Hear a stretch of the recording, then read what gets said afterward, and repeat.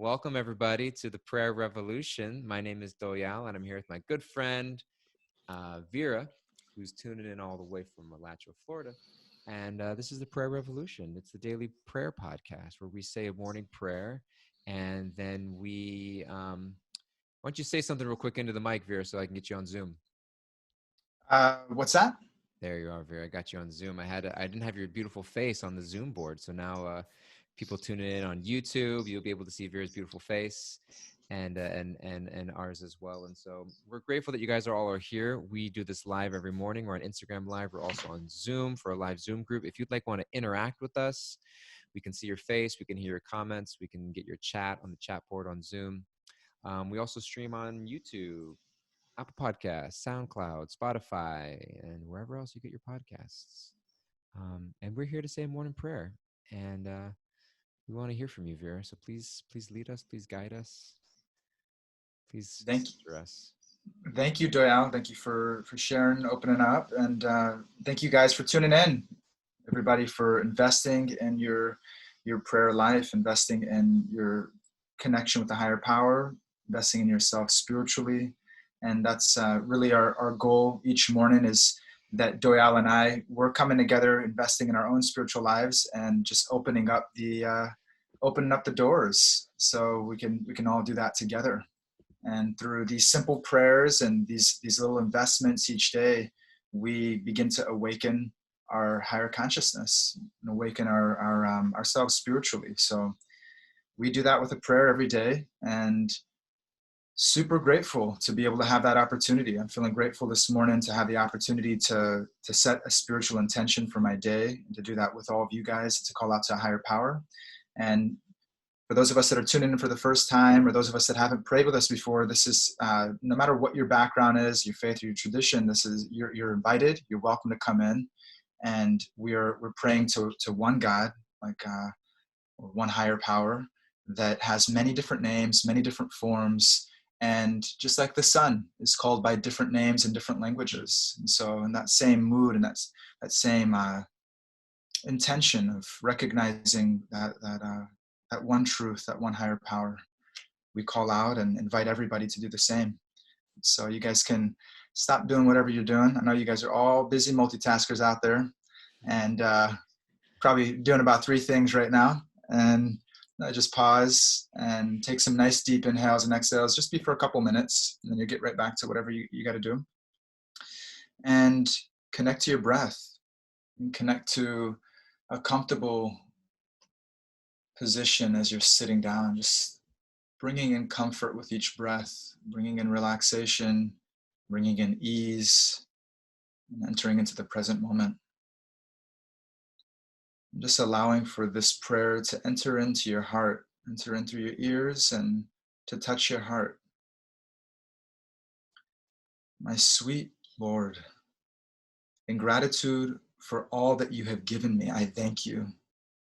Without you, there would be no beauty, no sun to shine and illuminate our eyes, no breath to breathe, giving us life itself, no friend to share the journey with, and no love to be had. Help us today to see the truth in ourselves and the world around us. Help us to see through the eyes of loving gratitude, seeing in every moment the opportunity to give and receive love with you and your children through heartfelt service. We get caught in so many self-deceptions and illusions of who we are and what we're capable of. Help us to know our intrinsic value and awaken the courage to live a life true to our eternal spiritual nature and loving service to all. Thank you for bringing us together on this day with intention to invite you onto the throne of our heart, the intention to awaken our full potential and to fully experience the love and connection we're all seeking. It said that by calling out your divine names, we connect to your original personality. Like a child calling for its mother, you respond in kind when we call out to you. Hare Krishna, Krishna Krishna, Hare Hare, Hare Rama, Rama Rama, Hare Hare.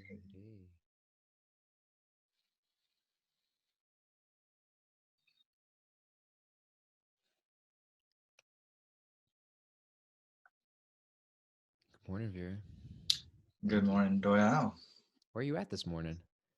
I'm in our house. The Mm, my office, somehow the internet went kaplunk. So um, Kaplunk. yeah, Oh and, my uh, gosh. and so they have a tech coming out to fix it today, hopefully. But I'm just in our house today. Yeah. It's a bright, sunny room. It's a beautiful room. It's a beautiful day. Yeah. How are things going down there in Florida? Things are going well. Yeah, no complaints. I'm looking out the window right now. There's this blossoming trumpet flower tree it's just like a wonder. It's like came out of like the movie Avatar or something like that. It's like looks like it came from a different planet. It's so beautiful. So Trumpet flower. What's a trumpet flower? a trumpet flower. Well, I would try to take my computer and my phone, but it may not. It may be You disastrous may disrupt the to entire try to. balance of everything. But you could check it out. You could Google it. I think that's the name that it's known by, trumpet flower, and you could check it out. This Mm. big, huge, beautiful. It's like one day, it's like, you just see like there's like some little buds that are there, and then all of a sudden the next day it's just boom, the whole thing is like fireworks going off. It's so Wow. beautiful. Oh, Brett Yeah. on our chat board put a trumpet flower up there. Oh, those are trumpet flowers. All right, I'm gonna verify this. Let me Those are verify this beautiful. I'm right looking now. up trumpet flowers. If All you're listening, we right. have if this is one of the reasons you got to get on our live Zoom chat board is that you get all the perks of getting the Angel's seeing this trumpet. trumpet flower. Yeah, it's Angel's the trumpet. Angel's trumpet. You got it. That's it. You're like angels. You're an angel trumpet in my life, Vera. An angel trumpet. All right, I'll take it. I'll take Do, it. do, do, do, do, do. Yeah. Beautiful. It's who was that? Madhava was asking. It's actually it's kind of like a pinkish peach color. This one that we have in the backyard. He was asking what color it is, and yeah. So I mean, you're asking how I'm doing. I'm feeling grateful. I was just thinking about prayer. There's so many different ways of praying.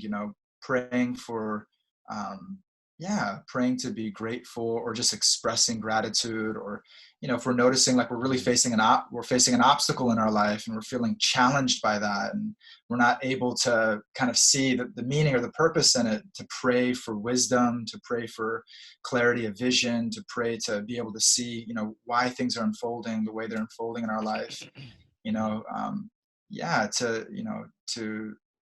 to submit ourselves, right? To like, I'm yours, please engage me, please make me a vessel of your will, make me an instrument of your will. There's so mm, many different ways of praying. And I was feeling this morning, as I woke up, just wanting to exercise more gratitude in my life, and just noticing the effect that it has when I connect that to a higher power, when I connect that to Krishna, to God, that it starts to just create this container of meaning in my life. Everywhere that I go, I just feel a greater and greater level of meaning and purpose the more I'm expressing gratitude. And it could really start like very, very simple, because sometimes I don't feel grateful, but it could start like very simple. It could just be like, I'm breathing right now. Like, I'm grateful for the breath, mm, like, just, it doesn't have to be like this rapturous, like I'm forcing myself to enter into like an emotional state of appreciation, gratitude, but mm, just like flexing that, actually, grateful for the breath that I'm breathing. I'm grateful for the food that's sitting on the fridge. Somehow we have shelter, like the most basic things in life. And I'm noticing, as I just, even if I connect there at a base level, it just starts to flex a muscle. It starts to kind of breathe gratitude into my life. Start to see things through that lens of gratitude, and feel like in my life, like I'm like in this container of gratitude more and mm, more, so that even when challenges come in my life, that muscle has been flexed and exercised, and it's more like this natural response of like responding with gratitude instead of with frustration or with despair, or confusion, or mm. you know and so that's what I'm looking at today. And I know that to be in that state of gratitude in more challenging times in life, it takes more than me. It takes having the right people in my life, and it takes really reaching out to connect to that higher power I found in my life. At least that's kind of like the recipe, to start small. And even if we need help with somebody to help us to start small, to kind of get back into that place, but Start small and just keep building on it every single day. Write it down, like speak it, say it, write it, like just don't just keep it on a piece of paper. Write it and say it, speak it to those people, share it with those individuals, speak it out loud if it's to nature or if it's to our higher power. And what that does just opens up a doorway to a whole new experience of life. And so I'm praying for that, praying to see through that lens. Beautiful. Yeah, thank you so much. I was relating that to this morning. I heard a class. Our good friend and soul sister Chuta Gopi. She spoke a morning Srimad Bhagavatam class through the Bhakti Center, and in the verse that she read and in the purport, there was this quote from Srimad Bhagavatam: "Tatenu kampam susamikshimano," that to one who tolerates the challenges and reversals that comes in life, all the while performing their devotional service, to them, the liberation of bhakti is their rightful claim. Mm. And so she was talking about this idea of tolerance, and I was asking her, like, what does it mean to actually be tolerant? Because just letting things happen to me may not necessarily be like things happening to me isn't necessarily just a form of tolerance, but tolerance is letting those things happen to me, but not letting them ultimately consume me or get in the way of my service. But she said it's Mm. okay to struggle. She said this beautiful thing. She said it's okay to sweat in the summer, Mm-hmm. And so I think that being grateful or being tolerant doesn't mean that things don't bother me, but it Mm-hmm. means that I'm allowed to um, in that trial, in the tolerance of that, I can use it as a catalyst to remember something higher and to connect deeper. Mm-hmm. And You're so hitting it. Yeah, you're hitting it on the head. hitting on the head. Yeah. Yeah. Well, yeah, appreciate it, right? It resonates. It's like, yeah, we can't fake. We're not like faking it till we make it. We're trying to be authentic, and Mm. we're doing the best that we can to be authentic. And it doesn't, if we're not experiencing gratitude, it doesn't mean that we can't, right? And so often, like if I just try to shove down whatever I'm feeling, whatever negativity may come up or challenge, right? That I'm facing this challenge, I'm facing it, and if I just try to shove it down, it's like, no, that there's a responsibility and an authenticity of actually addressing whatever challenge that I may be facing. And there's a responsible way to do that, so that we can come back, to a grateful place. We can come back to a clear place, not Mm. not that we're just shoving down, the challenging experiences that we're facing in life, and praying to be grateful. But Yeah. that actually takes, we were talking about it before, it takes that courage of walking Mm. into a feeling of darkness, walking into a difficult place or a challenging place with the right guidance, with the right support around us, Yeah. to actually address, the difficulty and the challenge, and to be able to bring that grateful and yeah, true vision to it. So. Mm-hmm. Anything going on in your life that's making you think of that or feel that way? There's always things that are going on in life, for sure. Yeah, there's always things that are going on in life, and I'm appreciating and recognizing the cyclical nature of it more and more. That Mm. I'm not a pure self-realized, spiritual being.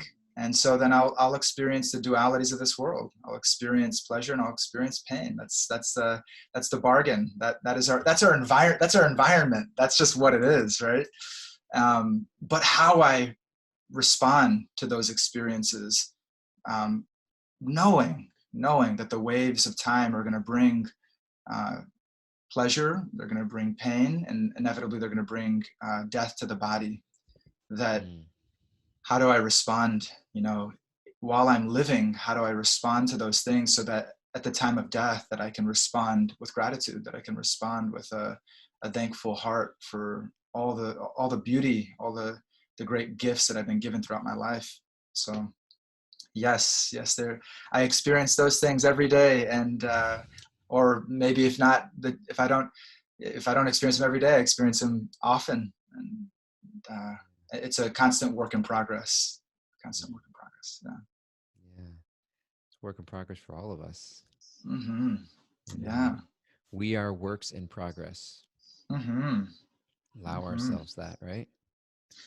Absolutely. Mm-hmm.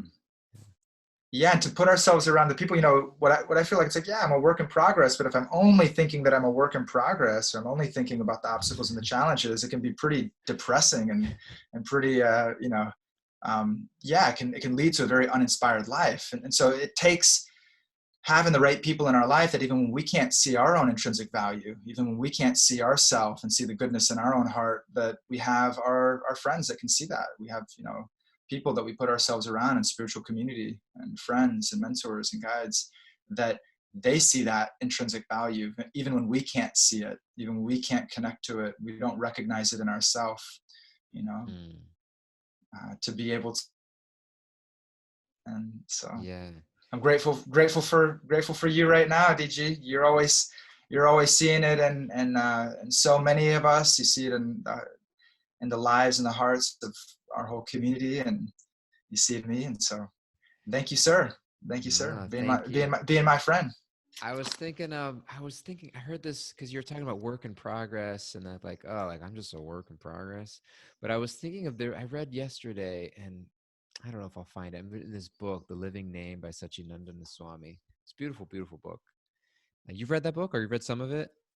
I've read some of it. Yeah. Yeah. And so he talked about rehabilitating ourselves. Mm. It's more of less, it's not like I'm like this incomplete or insufficient person that I've got to muscle and I've got to re-earn my way back into like to love or God's grace, but it's that this rehabilitation of self that kind of resuscitating.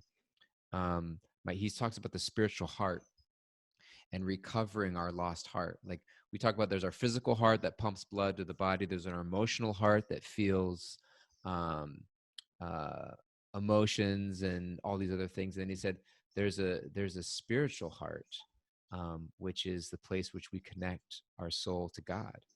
And Mm-hmm. he was talking about there's that it's like resuscitating that spiritual heart. Mm-hmm. Mm-hmm. Can't find that exact words that he was using. I was looking in this book. He says, "We have there is, however, a third heart.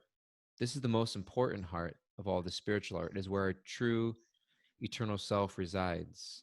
Unfortunately, during the course of our daily activities in the present world, this heart can get easily covered over.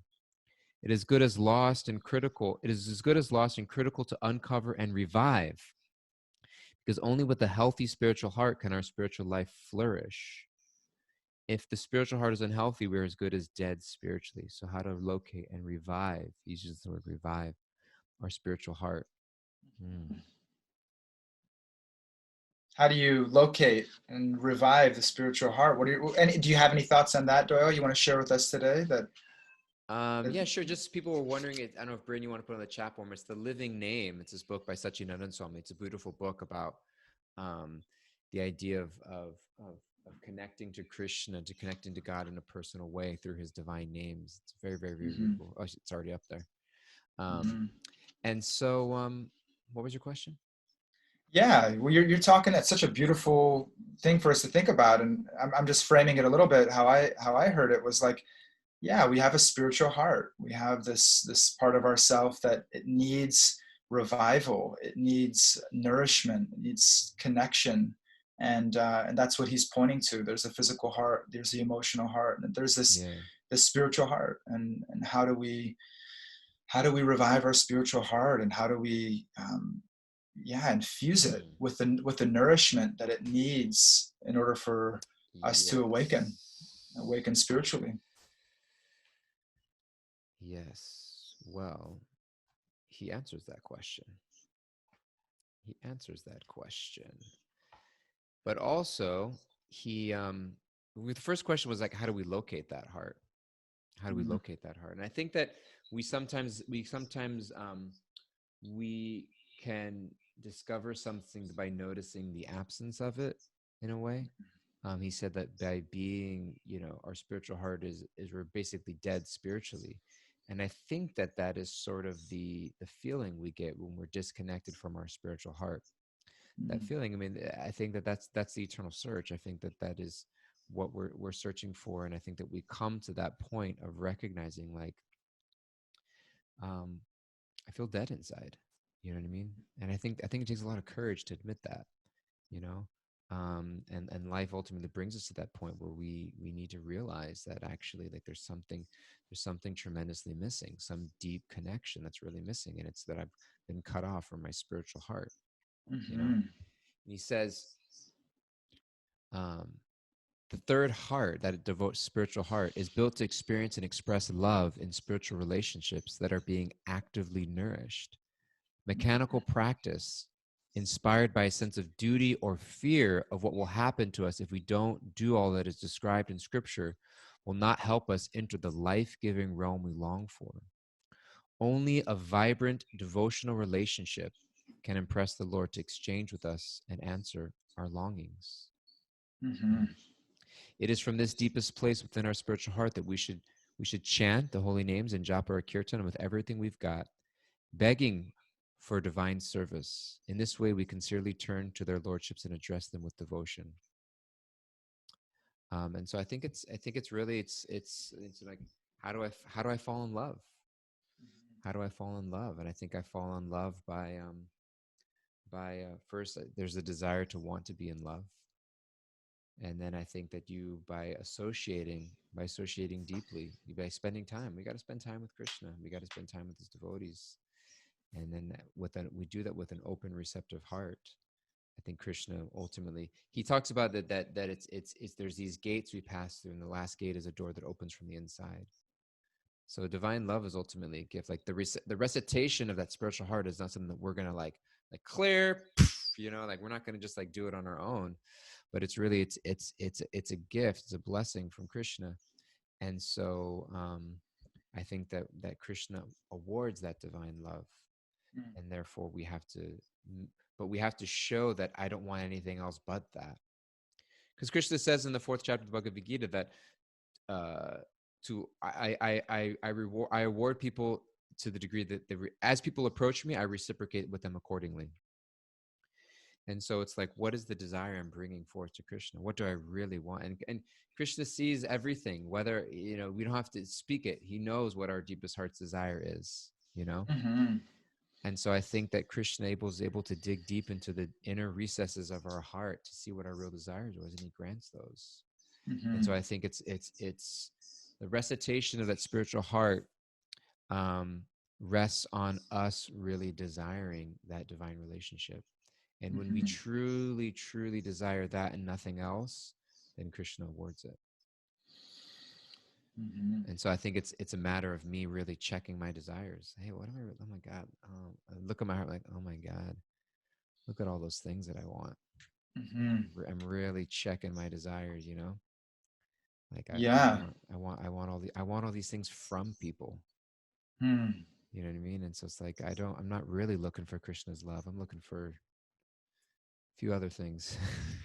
Yeah, yeah, definitely. Yeah, and you're sharing so beautifully, Baba, and you know that's right. It's like the basis of it is that I have to want it. You know, it's like, do I want it? You know, do I really want to hike to this mountain? You know, do I really want to, you know, give my life and love and service and dedication to another person? Do I really want to, you know, go into spiritual practice and really work for that and really give myself to that? Is that something that's really actually an authentic desire? You know, and like now she Yeah. was putting up on the Instagram chat board, like, or is it just like I'm doing it because, you know, like I'm doing it because, you know, somebody told me to, or I read it in a book, or, you know, I should do it, or out of obligation. And not that there's not benefit to that, you know, that it's not that there's not benefit, but what we're looking for, what I'm hearing Sachinanda Maharaj is sharing in his book is that that's not going to satisfy the heart. That's not the space actually where we start to really feel that nourishment. So we recognize actually, no, this is what I really want to give myself to a higher power. I really do want to awaken spiritually. I believe in that. And every day I get an opportunity to practice that and exercise that. It's energizing. It's life-giving to have that clear vision. Yeah. And that with that vision, just like in the same way, it's like if I'm looking at the world in an ungrateful way, if I'm looking at the world through that lens, then, even if there's gifts all around me, I don't recognize them. If I'm looking Mm, through the lens in a grateful way, all of a sudden, like the simplest, smallest thing becomes like something that could bring us to tears of gratitude, And in the same way, if I really want to see with spiritual eyes, if I really want to see in every moment, there's an opportunity to serve. In every moment, there's an opportunity to connect, to pray, to feel that invigoration spiritually. If I want that, if it's something I'm truly desiring, then I start to see it everywhere. I start to see that the opportunity for that love everywhere. I remember when I was in New York, I had this practice where it was like, look for love, like look for loving exchanges. And Nash in rose-colored mm, glasses, Krishna-colored glasses, right? And I remember I was like, let me look for love in New York, because New York is, you can look for a lot of things in New York. You find them, right? And let me look for some love, let me try to find happiness in the joyful exchanges. And when I went out with that intention, I'd see the mom with, sweetly holding her child. I'd see the friends joking and laughing. Like I would see it. It became like a magnet where even I'm walking through this crazy city where you can choose to see a lot of stuff, um, actually we're, I'm starting to see something that is really the mm, desire is really in the heart, and it's starting from that subtle and it's going into the physical, starting from that subtle and inside of my heart, inside of my consciousness. I want to see with gratitude. I want to see that there are opportunities to exchange love, and I want to express that, and I want to receive that in my life. Then from the subtle, from our consciousness, from our mind internally into the physical, we start to recognize it. We start to see the divine externally as well. And so that's mm. you're inspiring me to see every single day. I was just thinking about it when I was sitting down. It's like, man, somehow or other, I get to be inspired every single day. I get to be with you guys, and literally, like I feel it. Like I feel like that fire, like a fire burning within more and more as I connect with you guys. And somehow or other, it's like whether we're talking about gratitude or we're talking about service or we're talking about, just being with our experience, so that we can grow and transform whatever it may be, however challenging it may be. I feel that I'm able to do that so much more in my life because of you guys. And I hope that in our time today, in our time each morning, that as we're talking about these things, that it's, and also I was noticing too, like when I was listening to Doyle, I was like, okay, I could be passively listening or I could be actively listening. And what it does is there's just two totally different things that happen internally. It's like, if I'm really hearing attentively, if I'm really listening, and you're talking about this inner sanctum of the heart, and you're talking about desiring to be there, then all of a sudden it's like that fire to connect there, to witness that, to experience that, it starts to develop in our hearts. And so I was noticing that in myself. I'm like, I'm sitting down and I'm kind of lounging, chilling. I'm listening to my buddy share a beautiful message, or I'm like, no, like this is a message. This is the message that is meant for my heart right now. Otherwise, I wouldn't be here right now. None of us would be here right now hearing it. So thank you for activating me, bro, and thank you guys for being inspirations. I love getting to see Laura and her little boy bouncing around on Zoom. Get to see all your smiling faces, and and Doyal, getting to be with you. Any closing thoughts you're having, Bubba? Tuned into love, and I saw somebody put that in there. So I love it. I'm just super grateful to you, super grateful for your wisdom, for your energy, for your love pouring out of your eyes and every part of you, your smile. Mm-hmm. And super Mm-hmm. grateful to everybody. Super grateful for all of you for tuning in, for sharing your time with us. Really grateful to have all of you here. Please stay in touch. Write to us anytime, prayerrevolution@bhakticenter.org, or write to us personally. We'd love to hear from you. Love to hear your feedback. Any questions, topics you'd love for us to talk on the show, or just anything on your mind at all. Any positive feedback, what things you love, things you appreciate. We want to hear it so we know what to keep doing and focusing on. And you can hear these recordings on YouTube, Spotify, SoundCloud, Apple Podcast. If you listen to any of these platforms, please subscribe, leave us a 5-star rating, write us a review. Helps us out a lot. We appreciate hearing from you. Please check out bhakticenter.org/online for all our other offerings. And today also on Instagram Live at the Bhakti Center every Friday, 10 a.m. my good wife Rasika Gopi, along with our good friend Lee Priya, they've been doing a weekly podcast called Soul Deep, which specifically talks about how to deal with, we live in such a body conscious society that tells you to look a certain way, to be perceived a certain way, and but yet we are told spiritually that I'm not this body. But everywhere we look in society is saying, you are, and you should look a certain way. This is how you should weigh. This is how much makeup you should wear. This is what you should wear. This is what your Instagram should look like. And that could lead to a lot of schisms in the mind about how to deal with that. And so they've got this beautiful podcast that they've been starting. It's Fridays at 10 a.m. on Instagram Live. Feel free to check it out in just a few minutes. And other than that, we'll see you next time. Have a beautiful day, guys. We have to answer a question, Veer. Tomorrow is that one-day retreat with Radhanath Swami during the day. We're going to continue our podcast here. Just going to keep marching on. I mean that you make a call on that, DG, because I think that I know there's a lot going on, and also you're kind of on tech support for that whole thing. So you let me know, okay? And we'll send something out. We got to start at like a WhatsApp group or an email group or some communication change if we're ever not going to be on at 9:00 or we shift, that we can let people know. So we have to, if you would like to be on some sort of communication chain, write to us. And so for all our Zoomers out there, so we can, if also like if everything comes up, if you get sick or something like that, we're not able to make it 9:00, we need to be able to let people know. So we'll work on that. We'll keep you posted, everybody.